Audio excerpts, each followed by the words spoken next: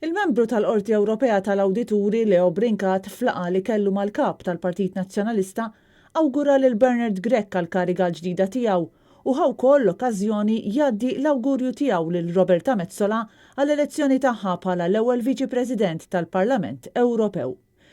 U saħaq li kariga importanti bħal din għandha ssib l-appoġġ sħiħ tal-pajjiż kollu.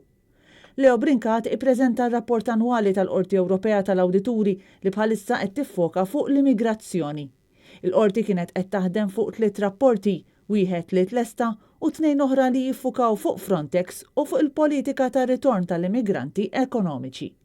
Minnaħa tiegħu il-kap tal-Partit Nazzjonalista Bernard Grech irringrazzja lil Leo Brincat ta' żjara tiegħu u ta' rapport li ppreżentalu u ringrazzjah tax-xogħol vast u siewi li qed jagħmel u li permezz tiegħu wkoll qed jirrappreżenta lil pajjiżna fl-Ewropa.